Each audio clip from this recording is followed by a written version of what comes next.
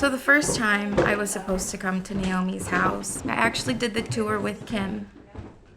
And it was just her and I. I just immediately started bawling. I just felt just like this overwhelming feeling of just like when someone wraps their arms around you and you feel comforted. But being comforted was such a foreign feeling to me that I pushed it away. It freaked me out.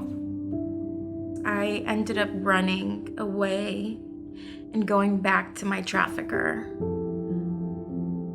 That's when God heard my cry that I couldn't do it by myself.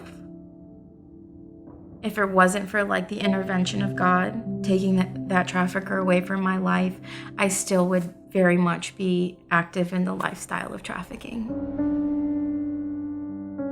For so long, she was familiar with all of those really heavy and negative emotions, loss, no one cared for her, she had no hope, she had no future. And she put a lot of trust into what we were saying. She was not easy some years. She was, we had our moments when we really fought to keep her grounded here.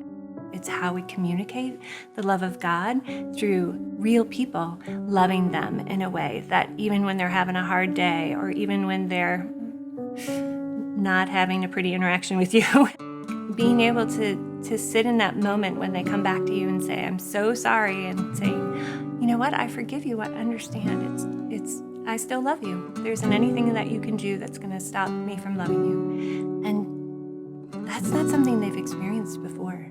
That is unique to this place. I can't tell you how many times I packed my bags and unpacked them. I didn't know that choosing myself was okay because I was under the control of a trafficker who made everything about themselves. That was the hardest choice I ever had to make, to stick and stay here, to give myself a fighting chance. It's not as if someone's just gonna sit down and we're gonna say, God loves you and you've got gifts and talents and let's go get them. The women who work here just have this really unique ability to meet the residents where they are. And when the residents work hard to heal and take the resources like a program like Naomi's House offers, they heal that foundation and they can stand firmly on it. So I stopped asking God, like, why me? And just kept asking, like, okay, give me another brick. Just give me another brick so I can lay my foundation. This is a man who walked and sat at tables with prostitutes. This is the man who took that orphan and held him in his arms. That's exactly what Naomi's House does. That's what the staff does. They lean in. There's a lot of darkness, and you can get stuck in that, but there's so much hope in even those small moments of change and those small moments of victory create so much hope. It's our privilege to come alongside them and show them the love of God because it's the most powerful thing we can do.